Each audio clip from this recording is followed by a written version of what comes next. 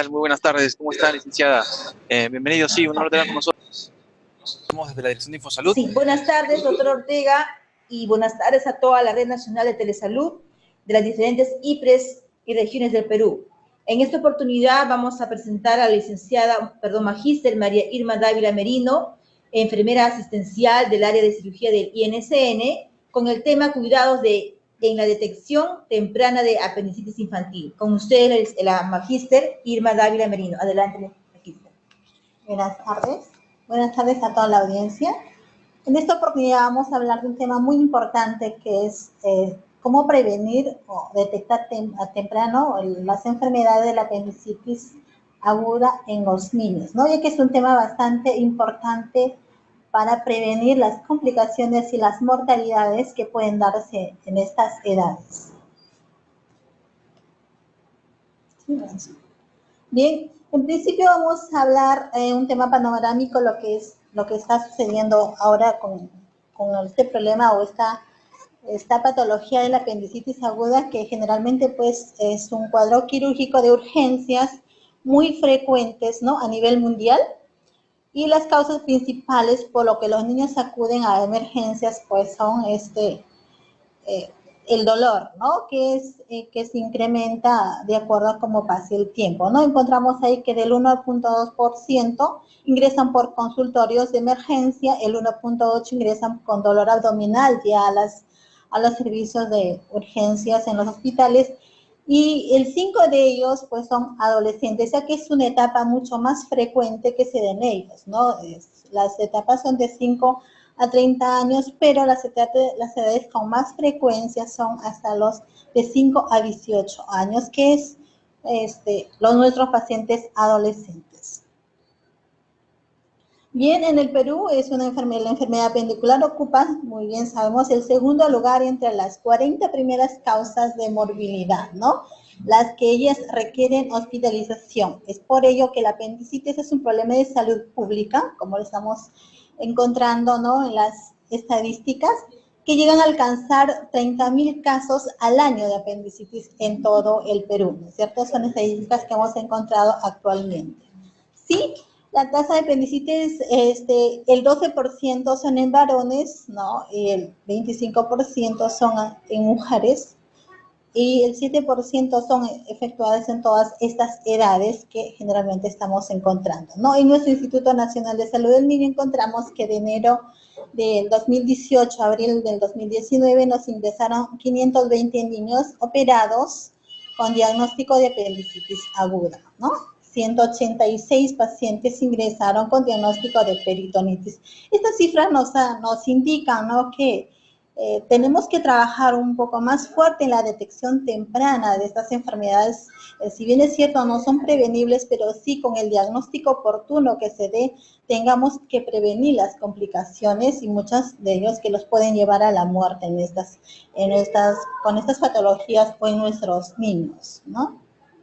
Bien, también podemos observar cuándo es que el apendicitis está sano y cuándo es una apendicitis que está ya pues inflamada, ¿no es cierto?, que nos está indicando cuáles son los cambios bruscos, y por supuesto pues que es importante diagnosticar tempranamente en ello, ¿no? También tenemos que tener en cuenta que las apendicitis en los neonatos es un poco muy infrecuente, ¿no?, debido a que en estas etapas es muy escaso que se den este tipo de apendicitis, porque el apéndice es mucho más, en ellos el riesgo es menos que aparezca en estas edades de obstruirse, ¿no? Bien, entonces acá debemos tener claramente y describir o definir lo que es el apendicitis en sí, ¿no? Sabemos que el apendicitis, pues, se encuentra en principio al principio del intestino grueso, ¿no? Tiene un tamaño que oscila de 6 a 12 centímetros y un 5 milímetros de ancho, que se encuentra en la última porción del intestino grueso, ¿no es cierto? Cuando un paciente ingresa por apendicitis a un consultorio, el primer síntoma es el dolor, ¿no? El dolor, esto puede variar de acuerdo a la ubicación que es el apéndice, ¿no? No siempre es que el dolor va a iniciar a nivel de la zona periumbilical. estos signos pueden ser variantes, ¿no? Hablamos también que la apendicitis muchas veces decimos que no tiene una función importante, pero sin embargo, este es una función muy importante que ayuda a proteger de las buenas bacterias en el intestino hasta la edad de los 17 años, ¿no?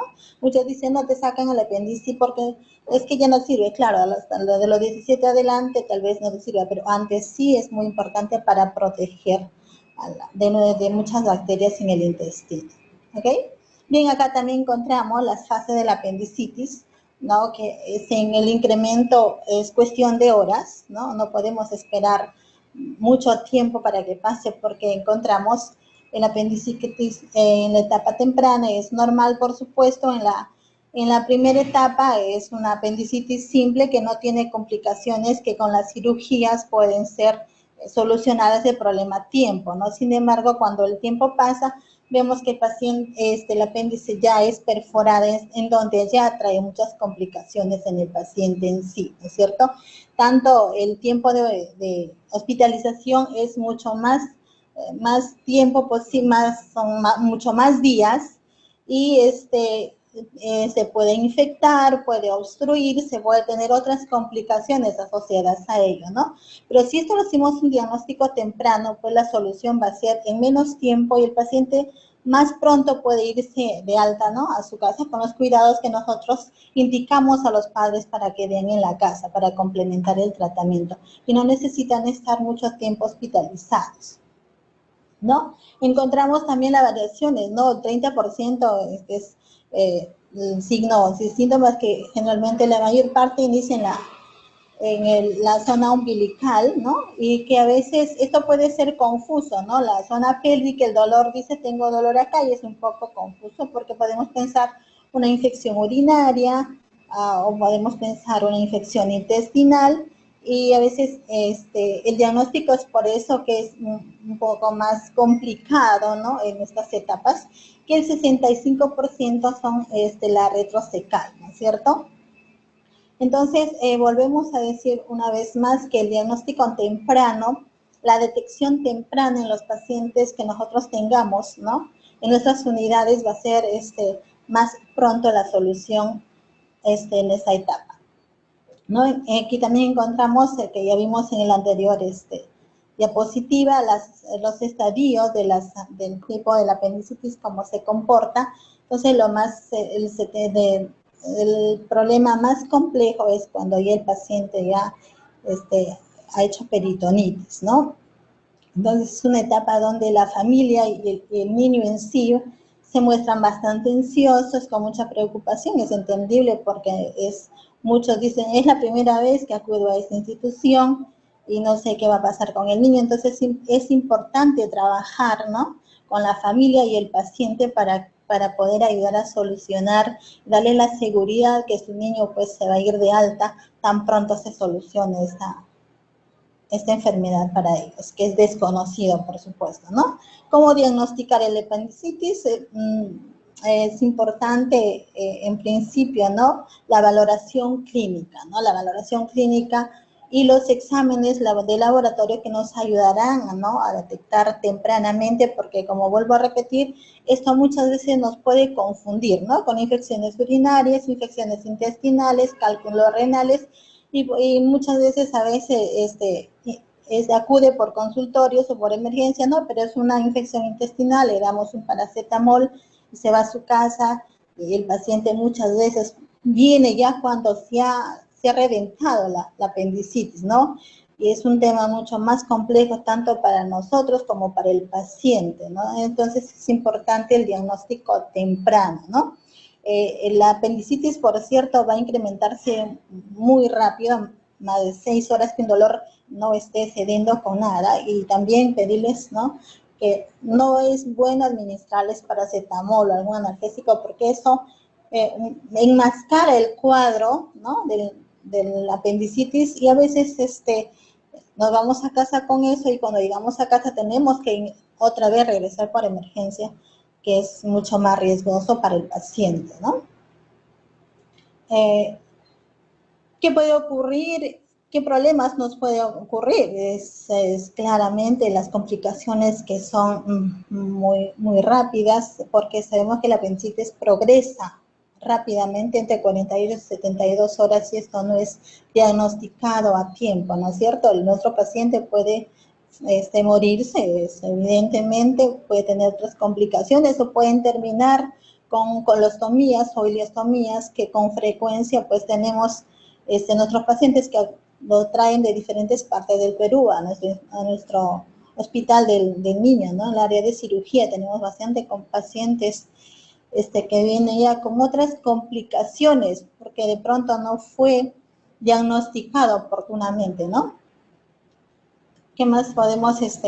Las causas son frecuentes, las obstrucciones pueden darse por pacientes, por parásitos o por pacientes que tienen estreñimientos crónicos, ya que la luz del apéndice al obstruirse, esto pues empieza a verse interrumpido, la cual empiece a aparecer todos los signos y síntomas que en principio es el dolor, ¿no? El dolor que es bastante focalizado y puede irradiarse a la parte derecha o engorrarse el dolor que a veces no es claro, ¿no? Es por eso es importante un buen diagnóstico a tiempo, ¿no? El dolor, como dijimos, es repentino, comienza alrededor del ombligo, a menudo se desplaza hacia la parte inferior derecha del abdomen. Esto empeora cuando tose o camina o hace otros movimientos bruscos. Empieza el niño a perder el apetito, tiene náuseas, vómitos, el abdomen empieza a distendirse, luego pues empieza la fiebre, ¿no? Que esto va empeorando a medida que la enfermedad, por supuesto, aumenta, ¿no? Parte de ello también tenemos estreñimientos o diarreas, ¿no? Entonces, el diagnóstico es clave, ¿no? Y esto depende del éxito del tratamiento oportuno que se le dé a los pacientes. No es importante también complementar eso, el médico es lo que indica, complementar con radiografías de abdomen simple, radiografía de tórax, ecografías abdominal y pélvica y las tomografías. Bueno, estos tipos de exámenes va a depender de la indicación médica que le dé para complementar los estudios. Bien, las complicaciones son muchas de ellas cuando el apéndice ha perforado, es más complejo el riesgo, a veces hay una obstrucción intestinal en la cual el paciente no progresa adecuadamente después de ser operado, entonces los pacientes muchas veces tienen que ser reoperados nuevamente y terminan pues siendo colostomizados o ileostomizados, ¿no? Hasta poder tratar el cuadro en sí, porque ya ha habido una complicación con infecciones y hay que manejarlos adecuadamente, esto para volver nuevamente a cerrar, hacer el cierre de la colostomía o ileostomía que fue producto de una peritonitis, ¿no es cierto? Esto es lo que incrementa el tiempo más largo de hospitalización en los pacientes, ¿no? El tratamiento es totalmente quirúrgico, eso depende del médico, puede ser convencional o puede ser laparoscópica. Las recuperaciones en ellos depende mucho de cada paciente, ¿no? Unos se recuperan mucho más pronto que otros pacientes, mucho depende del organismo del paciente cómo reacciona, ¿no? Y por supuesto del cuidado de enfermería que tiene el paciente en el posoperatorio, ¿no?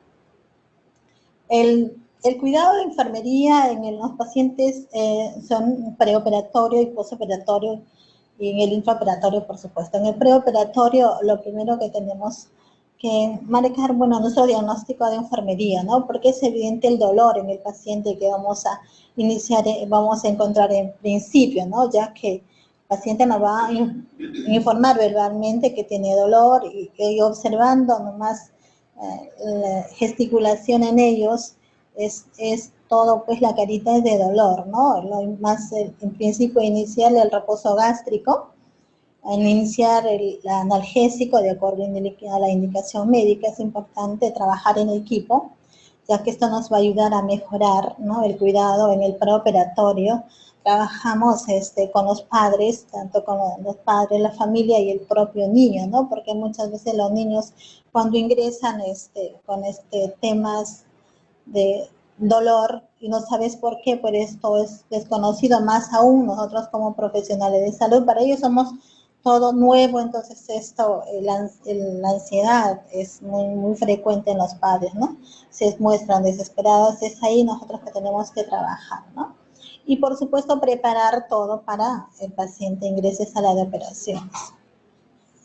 El manejo del dolor, iniciar lo endovenoso, administrar de acuerdo a la indicación médica, la comodidad y confort, ¿no? La seguridad que hay que darle, y proporcionarle un ambiente tranquilo, por supuesto, al paciente, ¿no? En ese momento darle la seguridad que él, bueno, va a estar sano, ¿no? Tan pronto se solucione el problema.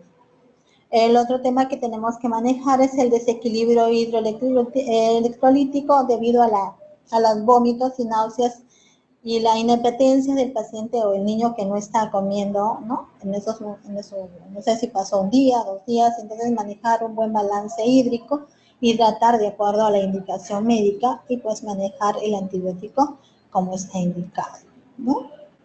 La ansiedad, como ya hablamos, es un tema bastante en ellos que hay que trabajar tanto con la familia como con el paciente, porque ellos ya entienden, ¿no? Es el miedo a que cómo va a salir o cómo va a estar después, ¿no? En el postoperatorio también hay criterios de cómo manejamos a los pacientes, ¿no? El dolor, en principio, pues en ellos es algo que tenemos que manejarlo permanentemente y ayudarles también con la movilización y el que el paciente tenga que caminar, ¿no? Mientras más pronto camine el paciente, es más pronta su recuperación, ¿no? Entonces, el dolor siempre va a estar en ellos. Al segundo día de la cirugía es mucho más complicado, el tercer y cuarto día va a ser mejor, ¿no? La evolución es muy favorable en los pacientes que más pronto caminan, más pronto se recuperan, ¿no? Y el tratamiento, por supuesto, es manejado ahora. El deterioro de la integridad cutánea, por supuesto, como ya ha habido una cirugía, entonces la piel siempre se va a ver alterada, entonces también manejar, ¿no? La posición del paciente que sea adecuada, la comodidad y confort, el cambio de los apósitos, cambiarlos a horario para que esto no dañe la piel. Y administrar antibióticos y analgésicos de acuerdo a cómo está indicado, ¿sí? Bien, eso lo que es, nosotros trabajamos día a día con este tipo de pacientes, permanentemente tenemos ingresos, entonces llamar una vez más a la detección temprana, el diagnóstico oportuno en el paciente, va a hacer que esos pacientes se recuperen más pronto y prevenir muchas complicaciones, y muchas veces los niños fallecen por causas mucho más complicadas con las infecciones generalizadas. Muchas gracias.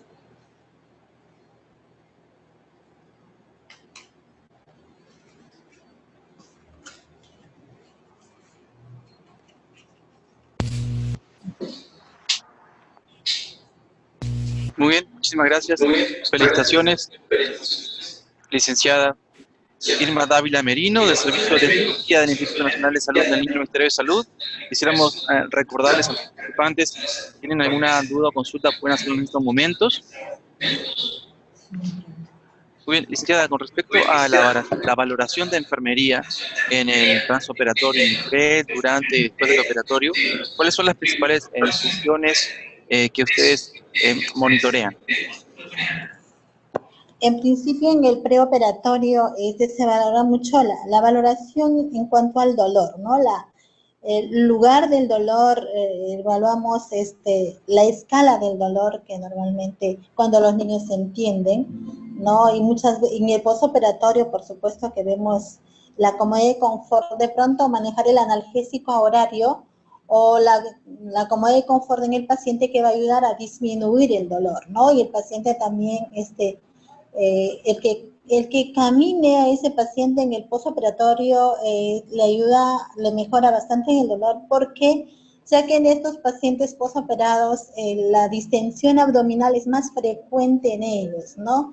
Y el estar con la distensión abdominal y el dolor es mucho más incómodo para ellos, y sí manejamos bastante es la terapia del dolor, que muchas veces los pacientes que son operados bajan ya manejados por el anestesiólogo, ¿no?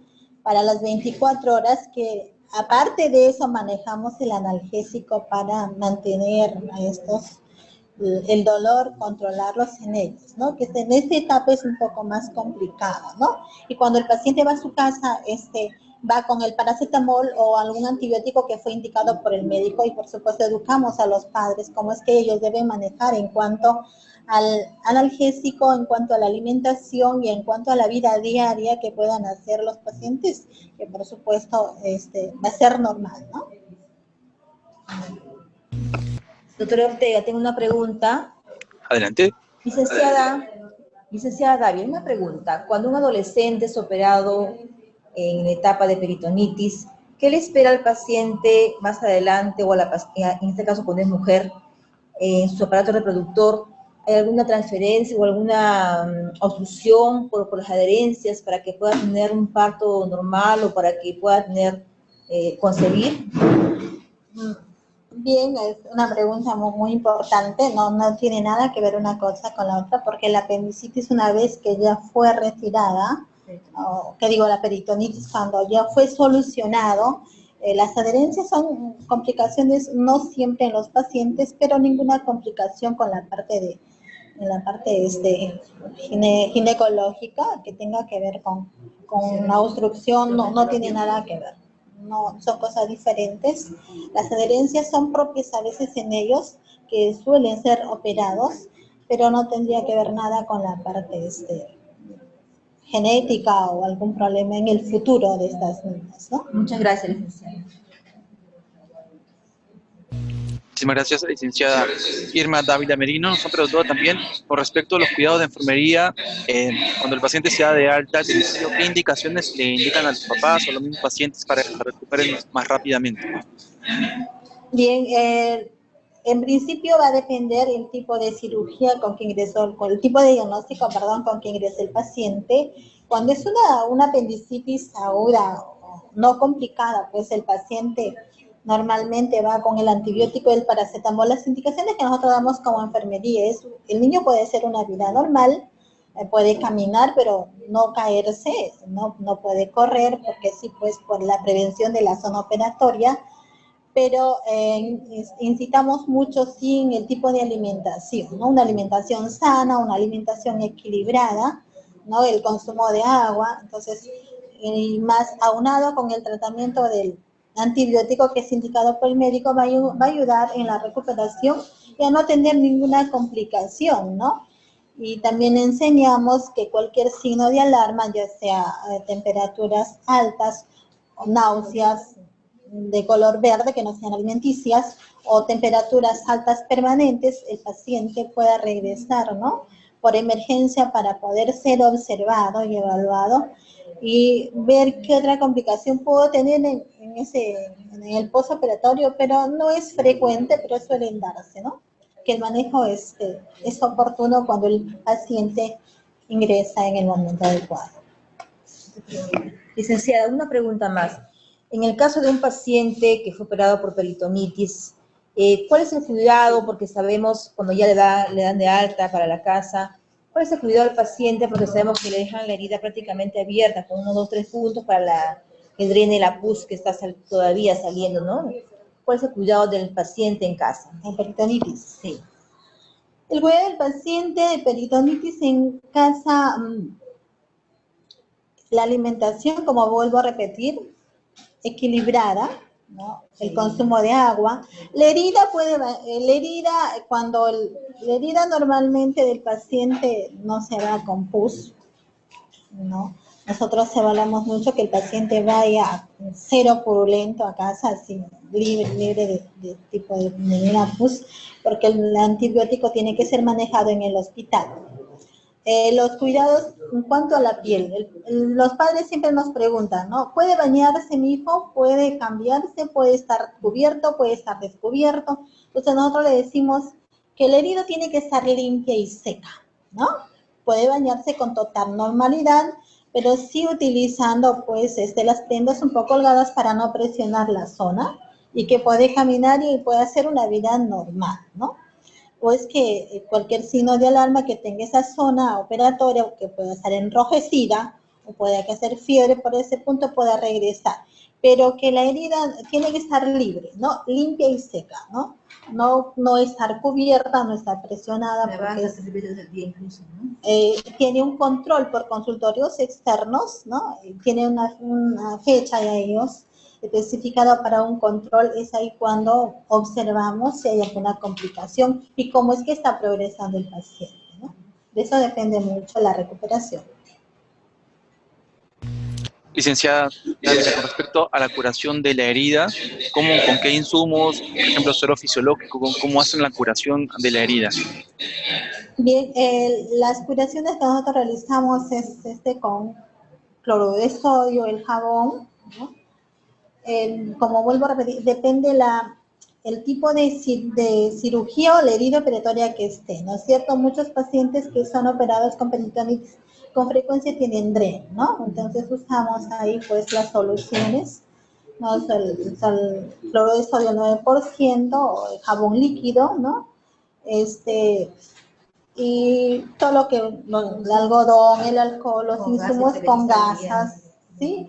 Las curaciones normalmente se hacen 2 veces al día, o cuando el paciente lo requiera, ¿no? Porque si tienen un DRE va a mojar permanentemente, entonces eso hay que cambiarlo a como el paciente esté mojando esa gasa, ¿no? Para que permanezca seca esa zona operatoria. En la casa, vuelvo a repetir, la herida tiene que estar descubierta, tiene que estar seca, tiene que estar limpia y no estar presionando con nada, ¿no? Y usar todo, pues, el lavado de manos, que es muy importante, ¿no? En todo tipo de manejo de pacientes. Sí, el alimento totalmente tiene que estar equilibrado, ¿no? Frutas y verduras. Sí, siempre decimos, nada de chatarras, nada de gaseosas, nada, no menestras por momento, no manzanas por el momento, pero sí puede consumir su avena, su leche, su pan, todo lo que es necesario para la recuperación del paciente, pero sí tener un poco de cuidado, más que todo en la primera semana, porque luego el niño pues va a comer todo normalmente. Excelente, muchísimas gracias, licenciada Irma Dávila Merino, licenciada en Enfermería del Servicio de Cirugía del Instituto Nacional de Salud del Niño del Ministerio de Salud. ¿Algunas recomendaciones finales para todo el personal de atención primaria que nos está viendo en estos momentos, por favor? Sí, recomendar nuevamente, ¿no? El diagnóstico debe ser temprano, ¿no? La valoración clínica es muy importante, ¿no? Si nosotros tenemos un paciente que ingresa por dolor a nuestro consultorio, y no es que le damos un paracetamol y se vaya, ¿no? Sino mantenerlo en observación durante unas 6 a 12 horas, ¿no? Y hacer, pues, los exámenes complementarios para diagnosticar oportunamente, ¿no? Examen de orina, examen de sangre, las placas que nos ayudan a diagnosticar o ver tempranamente si es o no una apendicitis. Estar seguro que ese paciente no está ingresando por una apendicitis, ¿no? La valoración es muy importante, la ubicación del dolor, la zona del dolor, la irradiación del dolor, ¿no? Y el paciente, pues, va deteriorándose permanentemente y no podemos darle de alta solamente con paracetamol. El diagnóstico temprano nos va a ayudar a prevenir mucho las peritonitis u otras complicaciones que el paciente pueda tener. Licenciada, ¿qué tan importante es la prevención? Porque sí, bajo las estadísticas, de cada 10 pacientes que son operados por peritonitis, uno sobrevive, ¿no? Uno sobrevive, o sea que la mortalidad, la tasa de mortalidad es altísima cuando le da peritonitis al paciente. Sí, la prevención en el paciente es muy importante, porque eso nos va a ayudar, ¿no?, a disminuir la mortalidad de nuestros niños, que es frecuente en diferentes etapas, son graves, por supuesto, pero la detección temprana de ello, ¿no? La valoración, la observación, el escuchar, ¿no?, al mismo niño y a la misma mamá, ¿no? El estar permanentemente con el paciente evaluando, viendo la evolución, ¿no? Porque sabemos que la apendicitis es un progreso rápido, ¿no? Eso puede llevarte a una peritonitis, eso te complica y el paciente puede fallecer. La prevención es muy importante, ¿no? En sí, pues, la apendicitis no es un tema de prevención, sino más bien es el tipo de alimentación que podamos darla, ¿no? Porque no es genético, no se previene, y la apendicitis se va a dar en cualquier etapa de la vida, pero sí es importante la valoración y el diagnóstico oportuno. Muchas gracias, licenciada. Muy bien, muchísimas gracias, licenciada Irma Dávila Merino, a todo el equipo del Instituto Nacional de Salud del Niño. La esperamos próximamente en otras telecapacitaciones. Un gran saludo para usted y todo el equipo. Hasta pronto, muchas gracias.